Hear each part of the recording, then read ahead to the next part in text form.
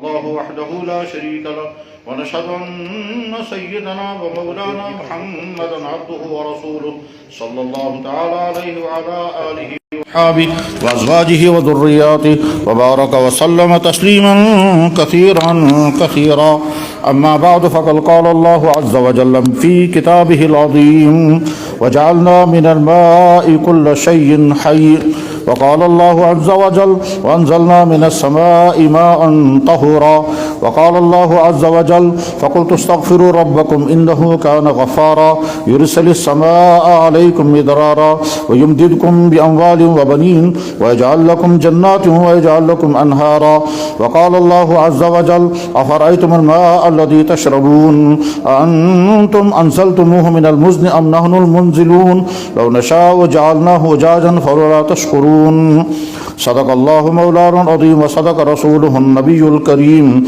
ونحن على ذلك لمن الشاهدين والشاكرين والحمد لله رب العالمين يا رب صل وسلم دائما أبدا على حبيبك خير الخلق كلهم. محترم بزرگوں اور دوستو، اللہ جل شانہ نے اس کائنات کو بنایا اور پھر اس میں انسان کو بسایا. کائنات کی تمام مخلوقات کا مقصد انسان کو راحت والی زندگی مہیا کرنا ہے. چنانچہ جتنی بھی چیزیں اس کائنات میں کام کر رہی ہیں ان تمام چیزوں کا بنیادی مقصد یہ ہے کہ انسان کی زندگی کو سہولتیں ملیں، راحتیں ملیں، تنگی کا شکار نہ ہو، مشکلات سے بچ جائے. تمام مخلوقات کا مقصود انسان کو راحت پہنچانا ہے. اللہ جل شانہ نے انسان کے لیے جتنی ضرورتیں پیدا کی ہیں ان تمام ضرورتوں کو پورا کرنے کے سورسز بھی پیدا کیے. انسان ہوا کے بغیر زندگی نہیں گزار سکتا، تو اللہ نے ہوا کا ایک پورا نظام بنایا کہ کس طرح سے ہوا جنریٹ ہوتی ہے. اور ہوا ہی نہیں، پھر ہوا کی قسمیں الگ الگ ہیں، گیسز کی قسمیں الگ الگ ہیں. آج انفارمیشن کا زمانہ ہے، تعلیم کا زمانہ ہے. تمام لوگ جانتے ہیں، سکولوں میں پڑھایا جاتا ہے کہ آکسیجن، کاربن ڈائی آکسائڈ، کاربن مونو آکسائڈ اور اس طرح کی دوسری کتنی گیسیں ہیں. انسان کو سوٹ کرنے والی بلکہ انسان کی زندگی کو کھڑا رکھنے والی گیس آکسیجن ہے. اب وہ اللہ جل شانہ نے اس آکسیجن کو کس طرح سے اس کو جنریٹ کرتے ہیں، کس طرح سے اس کو پھر بیلنس کرتے ہیں. یہ ضرورت سے زیادہ نہیں ہونی چاہیے، ضرورت سے کم بھی نہیں ہونی چاہیے. تو اس کے پیدا کرنے کا نظام اللہ نے کیا بنایا ہے یہ تو سائنس میں جا کر کے پتہ چلے گا. ہم شارٹ میں اتنا کہتے ہیں کہ دنیا میں انسان زندگی تب گزار سکے گا جب اس کو ضرورت کی ہوا مل جائے، اور اگر ہوا نہیں ہوگی تو انسان زندگی نہیں گزار سکتا. اسی وجہ سے اس کرۂ ارض سے باہر اگر نکل جائیں گے، اور جہاں تک اس کرۂ ارض کی حدود ہیں ان حدود سے باہر جب نکل جائیں گے تو زندہ نہیں رہ سکیں گے. یعنی جہاں ہوا نہیں ہے وہاں زندگی نہیں ہے. تو زندگی گزارنے کے لیے ہوا بنیادی ضرورت تھی، اللہ نے اس کو مہیا کیا. اس مہیا کرنے کے لیے اللہ نے کتنا وسیع نظام بنایا، اس کے لیے بہت تفصیل سے پڑھنا ہوگا تب سمجھ میں آئے گا. زندگی گزارنے کے لیے دوسری اہم ترین چیز پانی ہے. پانی کے بغیر انسان زندہ نہیں گزار سکتا. پانی ہی کے ذریعے سے انسان زندہ، پانی ہی کے ذریعے سے حیوانات زندہ، پانی ہی کے ذریعے سے زمین سے تمام چیزیں اگتی ہیں. قرآن نے اس کو اعلان کیا وَجَعَلْنَا مِنَ الْمَاءِ كُلَّ شَيْءٍ حَيٍّ. ہم نے ہر چیز کی زندگی پانی پر رکھی ہے. اور آج کی سائنسی دنیا بھی یہی کہتی ہے کہ جب پانی نہیں ہے تو زندگی بھی نہیں ہے. چنانچہ زمین سے باہر جب مختلف سیاروں پر زندگی کو دریافت کیا جاتا ہے تو وہاں سب سے پہلے یہ دیکھتے ہیں کہ اگر وہاں پانی کے امکانات ہیں تو شاید زندگی وہاں ممکن ہے، اور اگر پانی کے امکانات ہیں تو زندگی وہاں نہیں بن سکتی. تو سب سے پہلے دوسرے پلانٹس میں جا کر دوسرے سیاروں پر جا کر کے پانی کو ڈھونڈا جاتا ہے کہ پانی اگر وہاں مل سکا تو پھر، لیکن وہاں پانی نہیں ہے، کیونکہ پانی پیدا ہونے کا جو سورس اللہ نے بنایا ہے وہ سورس وہاں نہیں ہے. پانی پیدا ہوتا ہے ہائیڈروجن اور آکسیجن سے، اور ہائیڈروجن اور آکسیجن گیسیں ہیں، اور گیسیں وہاں ہیں نہیں. اللہ کو قدرت ہے، وہاں جب چاہیں گے پیدا کر سکتے ہیں. لیکن بہرحال صورتحال اس وقت یہ ہے کہ کائنات میں پانی صرف زمین پر ملتا ہے، اور یہ زمین پر بھی ملتا ہے وہ بھی اللہ کی قدرت کے تابع ہے. اس لیے اللہ تعالیٰ شانہ نے پانی کے بارے میں ہر جگہ فرمایا جب میں چاہوں گا تو اتاروں گا، اور پانی کے اتارنے کی ساری نسبت اپنی ذات کی طرف کی ہے. آج چونکہ تعلیم کا زمانہ ہے، اس تعلیم کے زمانے میں ہم بہت ساری وہ چیزیں سمجھ سکتے ہیں جو اس سے پہلے سمجھنا مشکل تھا. سکولوں اور کالجوں میں واٹر سائیکلنگ کی ساری تھیوریاں پڑھائی جاتی ہیں.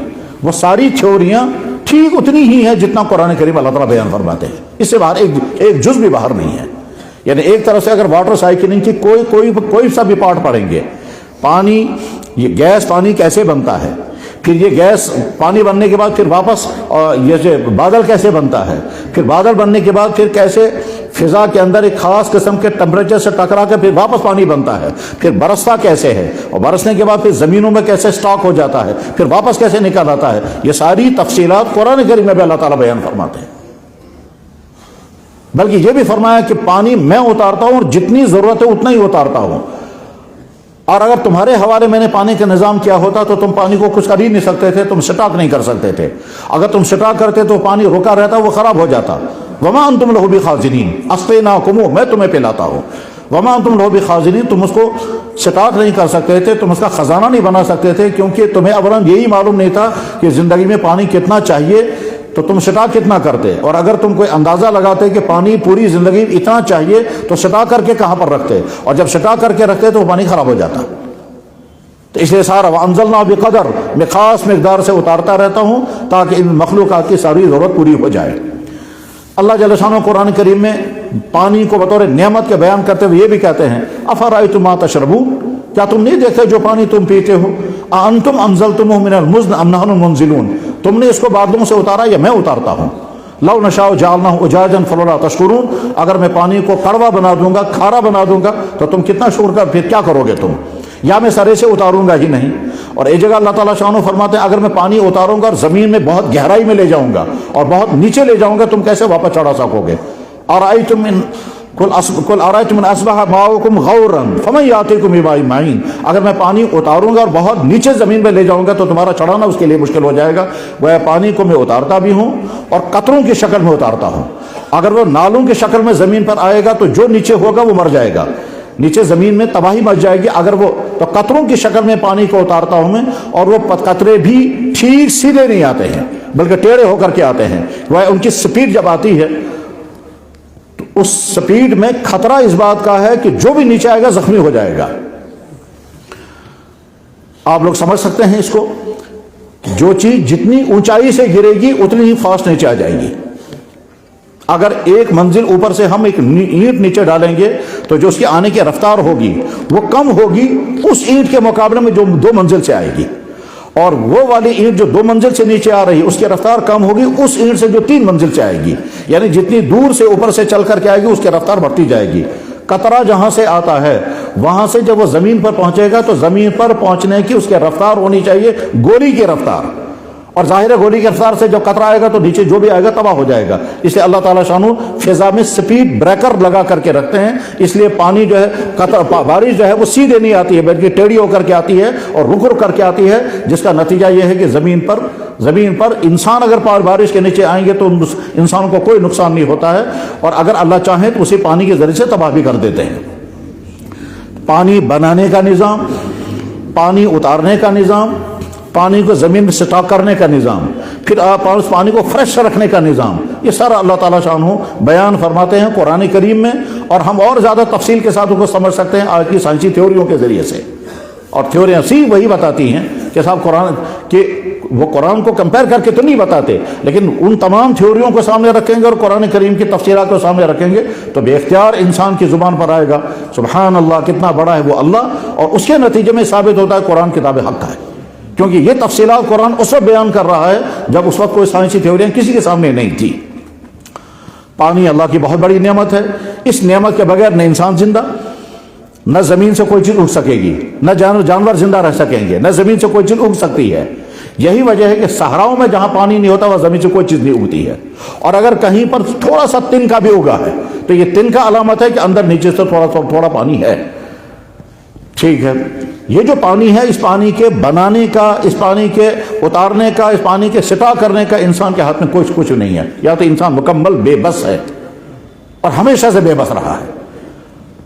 تمام وہ لوگ کہ جو اللہ کو نہیں مانتے یہاں آ کر کے وہ بھی بے بس ہیں کہ ان کے بس میں کچھ نہیں ہے۔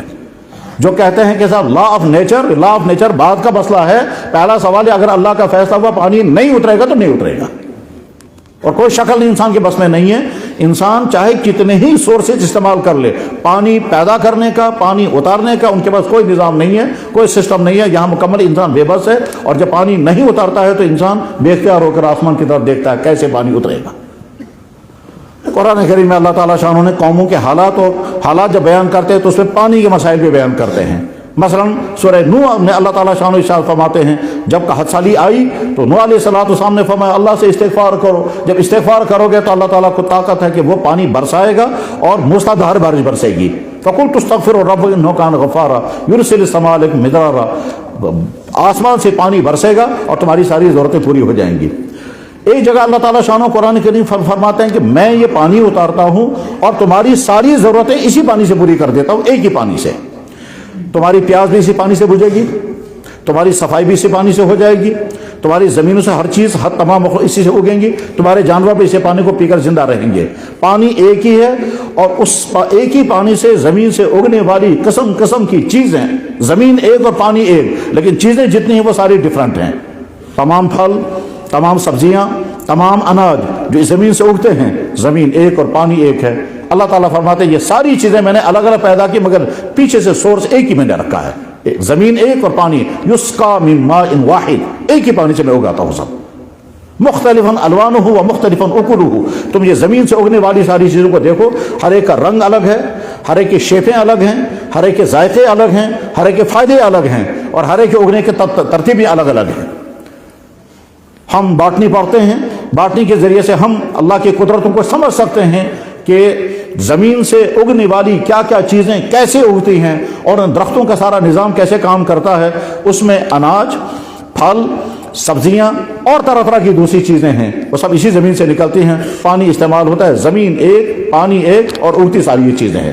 اللہ تعالیٰ شان فرماتے ہیں اس سے تو سمجھو تو میری قدرت، اس کے نتیجے میں تم کو سمجھ میں آنا چاہیے کتنا بڑا ہے وہ اللہ۔ جانور زندہ ہیں اور جانوروں کے ذریعے سے انسانوں کو قسم قسم کے فائدے ملتے ہیں، دودھ، گوشت، اون، سواریاں، اور اس کے علاوہ بے شمار دوائیوں کے سورسز جانوروں کی باڈیوں سے نکلتے ہیں۔ جانوروں کے اندر سے کولاجن اور جیلاٹین نکلتا ہے جو تقریباً 500-700 دوائیوں میں استعمال ہوتا ہے، وہ سارا ان جانوروں سے نکلتا ہے۔ لیکن جانور تب زندہ ہیں جب ان کو گھاس ملے گی، اور گھاس تب ہے جب زمین پہ پانی ہوگا، پانی ہوگا تو گھاس اگے گی، گھاس اگے گی تو جانور کھائیں گے، جانور کھائیں گے تو اس کے بعد پھر ہماری ساری ضرورتیں پوری ہو جائیں گی۔ اللہ تعالیٰ قرآن کریم میں اس کو بے بیان فرماتے ہیں۔ اولم یروا انا خلقنا لهم مما عملت ایدینا انعاما، کیا تم غور نہیں کرتے یہ جو جانور میں نے اپنے ہاتھوں سے بنائے ہیں، فہم لها مالکون، تم ان کے مالک ہو، لکم فیہا منافع کثیر ومشارب، ان میں قسم قسم کی چیزیں ہیں جو تم کو ملتی ہیں، انہیں میں سے ایک دودھ ہے، تو دودھ پیدا کرنے والا جانور اللہ نے بنایا، اس کی باڈی کے اندر اتنا دودھ پیدا ہو جاتا ہے کہ اس کے بچے کی بھی ضرورت پوری ہو جاتی ہے اور ہم کو بھی دودھ ملتا ہے۔ غرض پانی اللہ کی بہت بڑی نعمت ہے، انتہائی قیمتی نعمت ہے، اور اس نعمت کے حاصل کرنے میں انسان کی اپنی کوئی محنت نہیں ہے، نہ فرد کوئی محنت کر سکتا ہے، نہ ملک محنت کر سکتا ہے، نہ انسان کے پاس کوئی طاقت، کوئی سورس ہے۔ انبیاء علیہ السلام کی زندگی میں بارہا یہ مسئلہ آیا کہ قومیں درخواست کرتی تھی پانی نہیں آ، پانی برسوائیے، چنانچہ انبیاء علیہ السلام اپنے اپنے دین کے مطابق ان کو ترتیبیں بتاتے ہیں۔ جناب رسول اللہ صلی اللہ علیہ وسلم کے مبارک زمانے میں بارہا پانی کی ضرورتیں پیش آتی رہی ہیں اور عجیب عجیب واقعات اس میں ہوئے ہیں۔ حسن اتفاق ہے، کل رات میں حدیث پڑھا رہا تھا، بخاری شریف کا سبق ہو رہا تھا، غزوہ حدیبیہ کا بیان تھا۔ حدیبیہ ایک بہت بڑا واقعہ ہوا ہے جو جناب رسول اللہ صلی اللہ علیہ وسلم کی سیرت مبارکہ کا ایک حیرت انگیز واقعہ ہے۔ اللہ کے نبی علیہ السلام مدینہ شریف سے مکہ مکرمہ عمرہ کرنے کے لیے تشریف لائے۔ مکہ مکرمہ کے قریب 15-20 کلومیٹر کے فاصلے پر جگہ ہے حدیبیہ، اس جگہ کو آج شمیسیہ کہتے ہیں۔ وہاں آپ علیہ السلام نے قیام کیا تاکہ مکے والے ہم کو راستہ دے دیں اور وہ جا کر عمرہ کریں، لیکن مکے والوں نے آنے نہیں دیا۔ بہرحال حدیبیہ کی تفصیلات الگ ہیں۔ جابر بن عبداللہ رضی اللہ عنہ بیان کرتے ہیں، بخاری میں حدیث ہے، جہاں حدیبیہ کا واقعہ ہے وہاں یہ حدیث موجود ہے۔ جابر بن عبداللہ رضی اللہ عنہ کہتے ہیں کہ حدیبیہ کے ان 15-20 دنوں میں جو بہت سارے واقعات پیش آئے، ان میں سے ایک واقعہ یہ پیش آیا کہ آپ کی خدمت میں درخواست کی گئی کہ یا رسول اللہ، آپ کے پاس ایک ڈول میں پانی تھا جس پہ آپ نے وضو کیا، ہمارے پاس نہ پانی ہے ہی نہیں، نہ پینے کا ہے نہ وضو کرنے کا ہے۔ تو آپ علیہ السلام نے اسی ڈول میں تھوڑا سا پانی کہیں منگوایا یا اس میں جو بچا ہوا تھا، ٹھیک، اس میں لعاب مبارک ڈالا اور لعاب مبارک ڈالنے کے بعد پھر فرمایا وہ جو خشک کنواں ہے اس کنویں میں پانی ڈال دو۔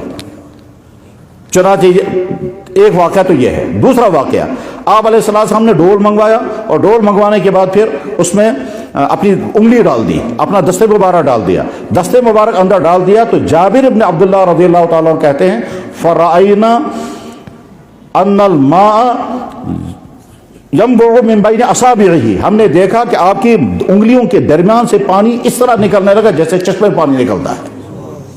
جابر بن عبداللہ سے ان کے شاگرد نے پوچھا آپ لوگ کتنے تھے جن کی پانی کی ضرورت پوری ہوئی؟ انہوں نے کہا کہ ہم اس وقت 1500 آدمی تھے, ویسے اگر ہم 1,00,000 آدمی ہوتے تو پانی کی ضرورت پوری ہو جاتی.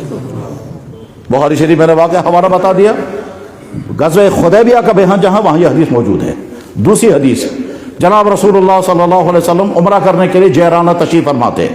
جیرانہ میں بہت سارے واقعات پیش آئے ہیں. جیرانہ مکہ مکرمہ سے تقریباً 15-20 کلومیٹر کے فاصلے پر. آج بھی جب لوگ عمرہ کرتے ہیں تو جیرانہ سے عمرہ بکثرت ہوا کرتا ہے. جیرانہ کے مقام پر اللہ کے نبی علیہ السلام ہیں. تقریباً 12,000 صحابہ آپ کے ساتھ تھے اور 6-7 ہزار غیر مسلم بھی تھے, اور جانور بہت بڑی تعداد میں تھے, اور پانی نہیں تھا, پانی ختم ہو چکا تھا. تو عرض کیا گیا یا رسول اللہ پانی ختم ہو چکا ہے. آپ نے فرمایا کسی کٹورے میں کسی رکوہ میں کہیں سے تھوڑا پانی لاؤ. چنانچہ پانی لایا گیا. اس کے بعد آپ نے اپنے دہنے مبارک میں تھوڑا سا پانی لیا, پھر واپس اس میں ڈال دیا, اور اس کے بعد پھر اپنا دستے مبارک بھی اس میں ڈالا. اور کچھ روایتوں میں آتا ہے کہ آپ نے پورا وضو کر کے وہ پانی اسی میں ڈال دیا, اور اس کے بعد فرمایا جہاں وہ پانی کا کنواں تھا وہ خشک ہو گیا ہے اس میں یہ پانی ڈال دو.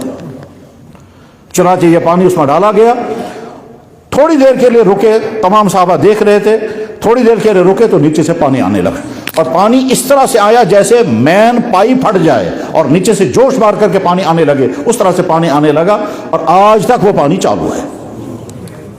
اس وقت بھی جو لوگ جیرانہ جاتے ہیں اس کنویں پر کور کیا گیا ہے, اس پہ تالا لگا ہوا ہے, دروازہ بھی ہے, اور پانی موجود ہے. حسن اتفاق ایک دفعہ میری جب حاضری ہوئی ہے جیرانہ کے مقام پر, تو وہاں جو ہی ہم گاڑی سے اترے سامنے پولیس والے کھڑے تھے. میں نے انہیں سلام کیا, انہوں نے جواب دیا. تو میں نے اسے کہا بیر موجود, کنواں ہے؟ اس نے یہ نہیں پوچھا کون سا کنواں, وہ فوراً سمجھ گیا یہ کون سا کنواں پوچھ رہے ہیں. انہوں نے کہا نام موجود. میں نے کہا فیہ مویا موجود, اس میں پانی موجود ہے؟ کہنے کا نام موجود ولیکن مغلق. کہتا ہے پانی تو موجود ہے مگر اس میں تالا لگا ہوا ہے.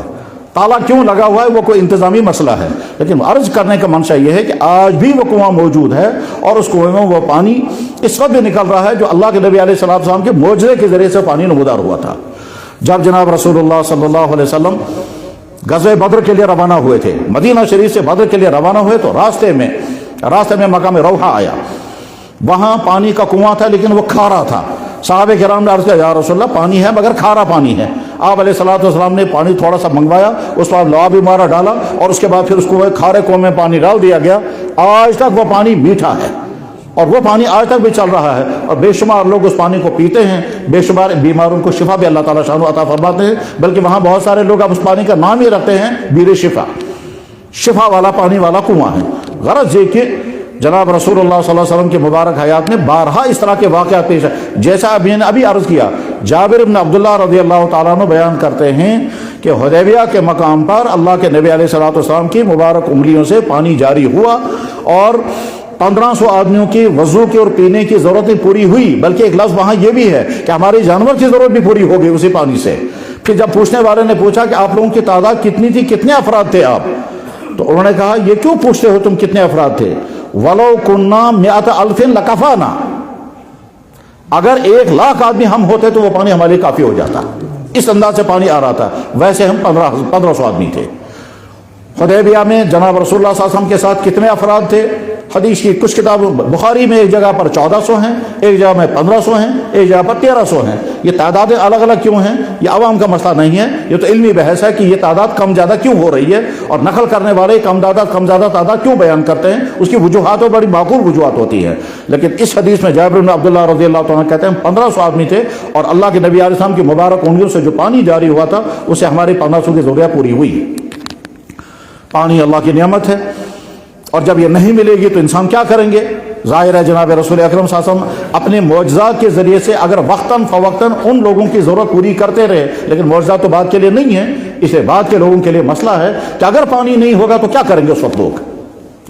چنانچہ جناب رسول اللہ صلی اللہ علیہ وسلم جمعے کی نماز پڑھا رہے تھے, ممبر پر کھڑے ہیں اور خطبہ سٹارٹ ہو چکا ہے, درمیان سے ایک آدمی کھڑا ہو گیا. انہوں نے کہا یا رسول اللہ ہلاکت الاموال وانقطعت السبل، یا رسول اللہ پانی نہیں اتر رہا ہے، بارش نہیں ہے، مال برباد ہو رہے ہیں، انسان پیاسے مر رہے ہیں، زمینیں خشک ہو گئی ہیں، چلنا پھرنا مشکل ہو گیا ہے، جن راستوں سے ہم چلتے تھے راستے میں کہیں پانی ہوتا تھا، راستوں میں پانی نہیں ہے تو چلنا پھرنا بند ہو گیا ہے، ہم کہیں جانا چاہتے ہیں اتنا پانی نہیں ہے جو ساتھ لے سکے، راستوں میں بھی پانی نہیں مل رہا ہے، تو تباہی مچ گئی، فادعوا اللہ، اللہ سے دعا کریں۔ تو جناب رسول اللہ صلی اللہ علیہ وسلم نے اسی خطبے میں دعا شروع کر دی، تمام صحابہ بیٹھے ہیں اور اللہ کے نبی صلی اللہ علیہ وسلم دعا کر رہے ہیں۔ جب دعا چل رہی ہے اور بارش برسنے شروع ہو گئی، صحابی کہتے ہیں ما رأینا فی السماء قزعۃ من سحاب، ہم نے تو آسمان میں اس سے پہلے کوئی بادل دیکھا ہی نہیں تھا۔ تو کہتے ہیں سلا کی پہاڑی سے، مدینہ شریف میں ایک چھوٹی پہاڑی ہے سلا، آج بھی ہے وہ پہاڑی، کہتا سلا کی پہاڑی سے بادل کا ایک ٹکڑا نمودار ہوا، اور بادل کا ٹکڑا نمودار ہوا مثل ترس کے برابر، یعنی آپ سمجھیں کہ جتنی بڑی تسلا جتنا بڑا ہوتا ہے، یا تو آپ سمجھ سکیں برڈ جتنا برڈ چاہتا برڈ، اتنا بڑا بادل کا ٹکڑا نمودار ہوا۔ یہ بادل کا ٹکڑا اوپر آیا اور اوپر آبان پہ پھیل گیا، اور پھیلنے کے بعد برسنا شروع ہو گیا، اللہ کے نبی اعظم وہیں خطبہ دے رہے ہیں اور پانی کے قطرے یہاں سے گرنے لگے۔ اسی بارش کی حالت میں ہی نماز جمعہ ادا ہوئی، بارش کی حالت میں لوگ اپنے گھروں کو پہنچے اور بھیگتے ہوئے پہنچے، ایک ہفتے تک لگاتار بارش برستی رہی، بارش برس رہی ہے۔ اگلا جمعہ ہے جناب رسول اللہ صلی اللہ علیہ وسلم خطبے کے لیے کھڑے ہو گئے، جو ہی آپ کھڑے ہو گئے تو وہ صحابی کھڑا ہو گیا، یا تو وہی صحابی کھڑا ہو گیا یا دوسرا کوئی صحابی، لیکن بخاری میں حدیث ہے باب الاستسقاء میں، امام بخاری رحمہ اللہ تعالیٰ نے تمام حدیث کی کتابوں میں بارش اتارنے کے لیے دعا پڑھنے یا دعا کرنے اور نماز پڑھنے کا جو تذکرہ ہے اس کو کہتے ہیں ابواب الاستسقاء یا صلاۃ استسقاء۔ یہ استسقاء کا لفظ قرآن کریم میں بھی ہے، تو وہاں جہاں بخاری شریف میں اور حدیث کی دوسری کتابوں میں نماز استسقاء کا تذکرہ ہے، وہاں یہ حدیثیں موجود ہیں جو میں سنا رہا ہوں کہ وہ صحابی یا دوسرا کوئی صحابی کھڑا ہو گیا، انہوں نے کہا یا رسول اللہ ہلکت الاموال، یا رسول اللہ اموال برباد ہو رہے ہیں، پچھلے جمعے کو تو کہہ رہے تھے مال برباد ہو رہے ہیں خشک سالی کی وجہ سے، اور اب کہہ رہے ہیں مال برباد ہو رہے ہیں سیلاب کی وجہ سے، سیلاب آنے لگا ہے۔ یا رسول اللہ ادعو اللہ، یا رسول اللہ دعا روک دیں، یہ اللہ تعالیٰ دعا فرمائے بارش رک جائے، آپ علیہ الصلوۃ والسلام فرمایا ہوا علینا ولا علینا، یا اللہ بارش ادھر برسا دیجئے ادھر برسا دیجئے، یہاں نہیں۔ اب جمعے کی نماز ختم ہو گئی تو باہر جب نکلے تو دھوپ چمک رہی تھی، وکانت المدینہ تو مثل جوبہ، اور مدینہ جو ہے وہ چمک رہا تھا کیونکہ ایک ہفتے تک بارش برستی رہی ہے اور سارا دھل چکا تھا، فضا صاف ہو گئی تھی۔ پھر صحابہ کہتے ہیں ایک مہینے تک مدینے کی گلیوں میں پانی بہ رہا تھا۔ وادی قنات بڑی مشہور وادی ہے جو احد پہاڑ کے پاس سے گزرتی ہے اور مدینہ شہر کے درمیان سے گزرتی ہے، آج بھی وہ اس وادی کے کچھ آثار موجود ہیں۔ تو ایک مہینے تک وادی قنات میں پانی بہتا رہا اور سمجھتے رہے کہ سب چاروں طرف سے لوگ آ کر کہتے تھے بہت بارش ہو گئی، بہت بارش ہو گئی۔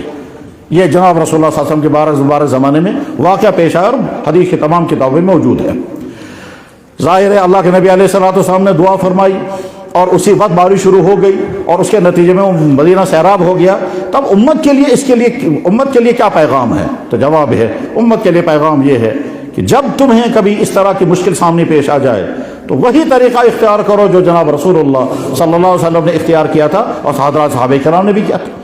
چنانچہ حضرت فاروق اعظم رضی اللہ تعالیٰ عنہ نے اپنے زمانے میں نماز استسقاء پڑھائیں، حضرت عبداللہ ابن عباس رضی اللہ تعالیٰ عنہ نماز استسقاء کا تذکرہ کرتے ہیں، اور دنیا میں جہاں بھی مسلمانوں کو جب یہ صورتحال پیش آتی ہے کہ بارش نہیں ہوتی اور بارش نہ ہونے کے نتیجے میں مشکل ترین خطرات پیدا ہو جاتے ہیں، اور واقعتاً وہ خطرات جب آ جاتے ہیں تو اس وقت انسان کو پتہ چلتا ہے کیسی مشکل ہے۔ آپ تھوڑا سا تصور کریں، اگر اس موسم سرما میں برف نہیں گری اور اس کے نتیجے میں اگلا جب بہار کا موسم آ جائے گا، اس بہار کے موسم میں یہاں کی زمینوں کو جتنا پانی چاہیے وہ نہیں ملے گا، اور یہاں کی زمینوں کو تو ہو سکتا ہے یہاں کی جھیلوں کا پانی سے کچھ نہ کچھ شرابی مل جائے، ٹھیک ہے، لیکن وہ جھیلیں بھی ختم ہو جائیں گی۔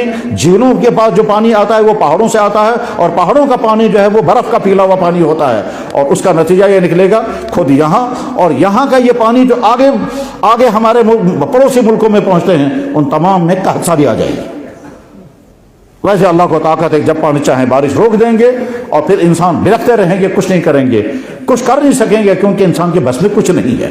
تو جب پانی رک جاتا ہے اور انسان مایوسی کا شکار ہو جاتا ہے تو ہمارا دین ہمیں ترغیب دیتا ہے کہ اللہ کی طرف رجوع ہو جاؤ،